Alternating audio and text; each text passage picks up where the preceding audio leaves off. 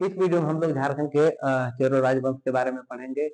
चेरो राजवंश झारखंड के 32 जनजातियों में से एक जनजाति है, जिन्होंने पलामू वाले क्षेत्र पर अपना आधिपत्य स्थापित किया, अपना राजपाट शुरू किया और लंबे समय तक इन्होंने शासन किया था।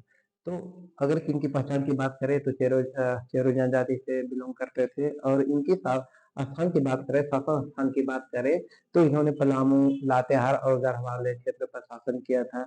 और अगर किससे इनका संस्थापक की बात करें, एक्चुअली वास्तविक संस्थापक भागवत राय को कहा जाता है, लेकिन इससे पूर्व ही चेरो के जो महान शासक थे भागवत राय, इनके द्वारा चेरो को संगठित किया गया था, इन्होंने शुरू किया था। लेकिन मूल रूप से शासन स्थापित हुआ था भागवत राय के समय।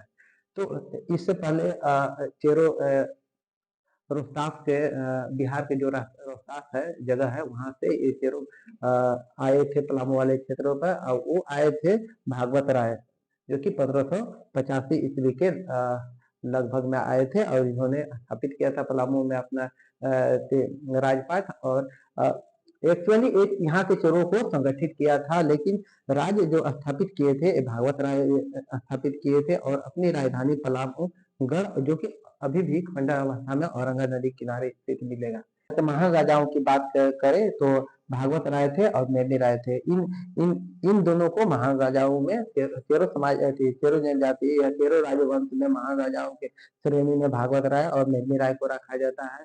और इन सब में मेदिनी राय को महान राजाओं में गिनती होता है। इसका कारण ये है कि जितने भी चेरो राजवंश में शासक हुए, उनमें मेदिनी राय के कार्यकाल को स्वर्णिम युग कहा गया है, क्योंकि इनके समय इनके समय दूध की, ऐसा कहा जाता है कि दूध के नदियां बहा करती थी। कहने का ये मतलब है कि इनके इनके समय में ऐसा कोई ऐसा घर नहीं था जिसमें गाय नहीं होती थी या फिर मछली न बहता था। इसीलिए चेरो समाज में की किंवदंतियां है, कहावतें फैली हुई है, या ये पलामू क्षेत्र में आपको सुनने के लिए मिल जाएगा कि एक कहावत थी कि धनी धनी राजा में धनिया, घर घर बाजे मथनिया। तो इनके समय को वो दर्शाता है। और अगर के इसके महत्वपूर्ण राजा हुए, जैसे भागवत राय हुए, अनंत राय हुए, प्रताप राय हुए और मेदिनी राय हुए।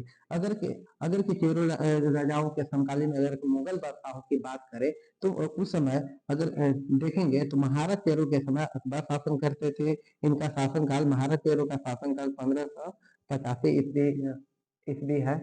और उसके बाद महाराज चेरो शासन किए थे, जो कि 1613 से 1630 ईस्वी तक शासन किए थे। और उस समय मुगल बादशाह जहांगीर का समय या शासनकाल था पूरे भारतवर्ष में। उसके बाद अनंत राय थे। अनंत राय 1630 से 1640 तक शासन किए। इस समय शाहजहां का शासनकाल था भारतवर्ष में। उसके बाद प्रताप राय शासन किए 1640 से 1660 ईस्वी तक। उस समय भी मुगल बादशाह शाहजहां का शासनकाल था पूरे भारतवर्ष में। इसके बाद अगर के मेदिनी राय की बात करें तो मेदिनी राय का शासनकाल 1660 से लेकर 1674 तक का शासन था, और इस समय औरंगजेब का शासनकाल था पूरे भारतवर्ष में। तो एक बार हम फिर से देखेंगे कि कैसे कैसे इन्होंने शासन किया। रिपीट करते हैं तो अभ्यास से देखिएगा। देखिए, अगर ये चेरो जनजाति थे, ये इनकी अगर पहचान की जाए, अगर चेरो राजवंश की बात करें तो ये चेरो जनजाति से बिलोंग करते थे। इनका अगर के शासन क्षेत्र देखें तो पलामू, लातेहार और गढ़वा वाले क्षेत्र था। संस्थापक की बात करें तो महाराष्ट्र के चेरो थे, जो कि 1585 ईस्वी के शासनकाल था। लेकिन वास्तविक संस्थापक भागवत राय को माना गया है। इन्होंने इन्होंने औरंगा नदी किनारे पलामूगढ़ का स्थापना किया और वहीं पर राजधानी अपनी बनाए। इसके बाद इस राजवंश में अगर महान राजाओं की बात करें तो भागवत राय हुए और मेदिनी राय हुए। इन दोनों में भी मेदिनी राय को मेदिनी राय के शासनकाल को स्वर्णिम काल कहा गया है। और महान राजाओं की अगर की बात की जाए तो महाराज चेरो हुए, अनंत राय हुए, प्रताप राय हुए, मेदिनी राय हुए। इसके बाद भी और राजा हुए, लेकिन धीरे धीरे इनकी मुगल ताकतों के सामने इनकी स्थिति थोड़ी कमजोर होती चली गई। अगर चेरो राजाओं के समकालीन अगर मुगल बादशाह की बात करें तो महाराज चेरो के समय अकबर थे।